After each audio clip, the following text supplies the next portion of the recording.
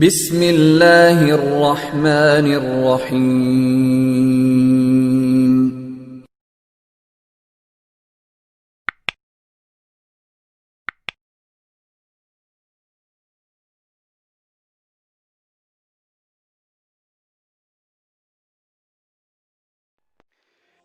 بسم اللہ الرحمن الرحیم۔ السلام علیکم ورحمۃ اللہ وبرکاتہ۔ دوستوں، میں آپ کا بھائی اسد اللہ آپ کے لیے ایک نئی ویڈیو لے کر حاضر ہوا ہوں۔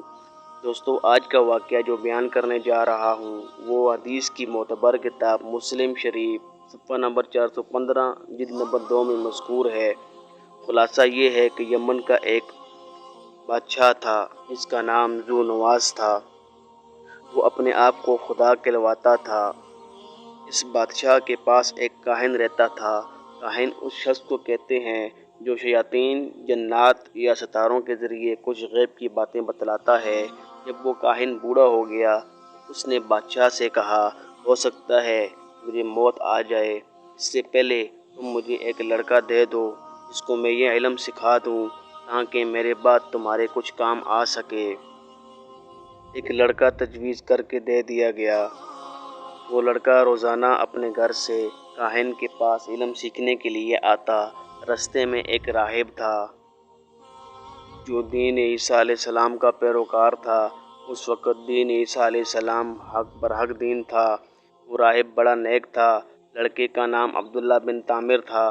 یہ لڑکا جب جاتا تو رستے میں اس راہب کے پاس بیٹھتا اور دین کی باتیں سنتا۔ اس کو باتیں اچھی لگیں اور وہ متاثر ہو کر چھپ کر مسلمان ہو گیا۔ ایک مرتبہ لڑکا جا رہا تھا، رستے میں کچھ لوگ کھڑے تھے۔ اس نے پوچھا کہ کیا بات ہے؟ لوگوں نے بتایا کہ شیر نے رستہ روکا ہوا ہے، ساری خلق خدا پریشان کھڑی ہوئی ہے، گزرنے کا رستہ نہیں ہے۔ لڑکے نے سوچا آج امتحان کا دن ہے۔ لڑکے نے یہ سوچ کر پتھر اٹھایا اور دعا کی، اے اللہ، اگر راہب کا دین سچا ہے تو میرے اس پتھر سے یہ شیر مر جائے، اگر کاہن کا دین سچا ہے تو میرے اس پتھر سے شیر نہ مرے۔ اس نے پتھر مارا، شیر مر گیا۔ سب لوگ خوش ہو گئے اور ان میں مشہور ہو گیا کہ اس لڑکے کے پاس عجیب و غریب علم ہے۔ لوگ اس کے پاس آنا شروع ہو گئے۔ مریض آتے، وہ کہتا، اس شرط پر علاج کرتا ہوں کہ تم اللہ تعالیٰ پر ایمان لے آؤ، اصل شفا دینے والا تو وہی ہے۔ بات چلتے چلتے بادشاہ کے دربار تک پہنچ گئی۔ بادشاہ کا ایک وزیر تھا جو نابینا تھا۔ اس کو بات پتہ چلی تو وہ بڑے تحفے طائف لے کر اس لڑکے کے پاس آیا اور اس سے کہا کہ آپ میری آنکھیں ٹھیک کر دو۔ لڑکے نے کہا، تم اس شرط پر تمہاری آنکھیں ٹھیک ہوں گی کہ تم اللہ پر ایمان لے آؤ اور اصل شفا دینے والا وہ اللہ ہی ہے۔ وہ وزیر مسلمان ہو گیا۔ لڑکے نے دعا کی، اس کی دعا اللہ رب العزت نے قبول کی اور اس وزیر کی آنکھیں ٹھیک ہو گئیں۔ دوسرے دن وہ وزیر بادشاہ کے دربار میں آیا۔ بادشاہ اس کی آنکھیں دیکھ کر حیران ہو گیا۔ بادشاہ نے وزیر سے پوچھا، تمہاری آنکھیں کس نے ٹھیک کی ہیں؟ وزیر نے کہا، میرے رب نے۔ بادشاہ نے کہا، اچھا، میرے علاوہ بھی تمہارا کوئی رب ہے؟ اس نے کہا، جی ہاں، ربی اللہ۔ اس نے اس کو گرفتار کیا اور اس کو مختلف سزائیں دینا شروع کر دیں، یہاں تک کہ اس نے اس بچے کا پتہ بتلا دیا۔ اس کو گرفتار کیا گیا۔ اس نے راہب کا پتہ دیا، اس کو بھی گرفتار کیا گیا۔ بادشاہ نے راہب اور اعمیٰ کے بارے میں حکم دیا کہ ان دونوں کو آرے کے ساتھ قتل کر دیا جائے، اور لڑکے کے بارے میں حکم دیا کہ اس کو پہاڑ کے اوپر لے جا کر نیچے گرا دیا جائے اگر یہ اپنے دین سے باز نہ آئے۔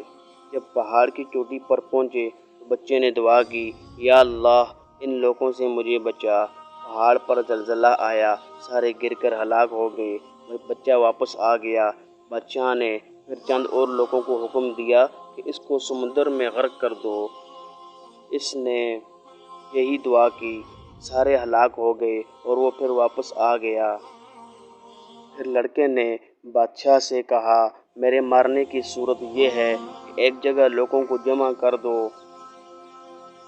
پھر میرے ترک سے تیر لے کر بسم اللہ رب ھذا الغلام کہہ کر مجھے مارو تو میں مر جاؤں گا۔ چنانچہ ایسا ہی کیا گیا۔ لوگوں میں اعلان کیا گیا، لوگ جمع ہوئے، بچے کو لکڑی کے اوپر باندھ کر بسم اللہ رب ھذا الغلام کہہ کر تیر مارا گیا تو اس کی کن پٹی پر لگا، جہاں اس نے اپنا ہاتھ رکھ لیا اور لڑکا شہید ہو گیا۔ مگر اس واقعہ عجیب کو دیکھ کر یک لخت جمع لوگوں نے یک زبان ہو کر نعرہ تکبیر بلند کیا اور کہنے لگے، ہم سب اللہ پر ایمان لاتے ہیں۔ یہ سن کر بادشاہ مزید پریشان ہو گیا۔ بادشاہ نے ارکان سلطنت سے مشورہ کیا۔ مشورہ طے ہوا کہ بڑی بڑی خندقیں کھدوائی جائیں اور ان کو آگ سے بھر دیا جائے۔ پھر لوگوں کو بلایا جائے اور جو شخص دین اسلام سے نہ پھرے اس کو خندق میں دھکا دے دیا جائے۔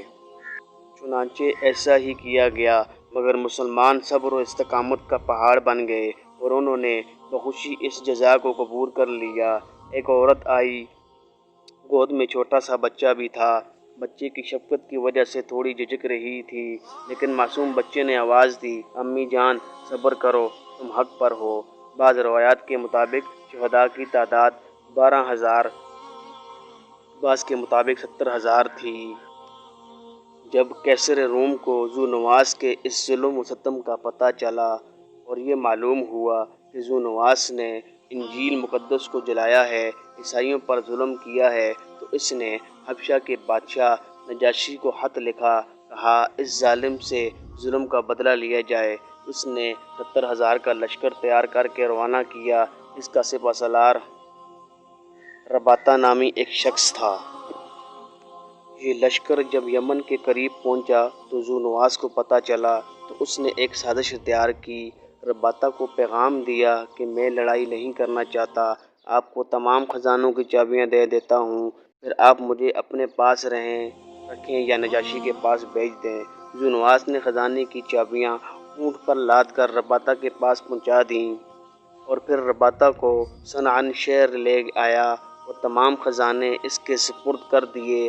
آخر میں کہا، میرے دوسرے صوبوں میں بھی میرے ایسے ہی خزانے ہیں، میں آپ کو بتلاتا ہوں، آپ فوجیوں کے مختلف گروہ بنا کر وہاں بھیج دیں تاکہ وہ خزانہ لے کر آئیں۔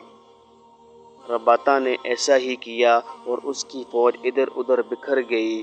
ذو نواس نے خفیہ طور پر اپنے لوگوں کو بھیجا اور کہا کہ جب تمہارے پاس رباطہ کی فوج کے آدمی آئیں تو ان کو مار دو۔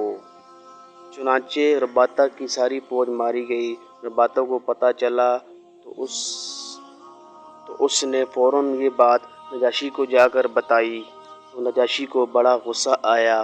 اس نے ابرہہ کو 1,00,000 کا لشکر دے کر بھیجا۔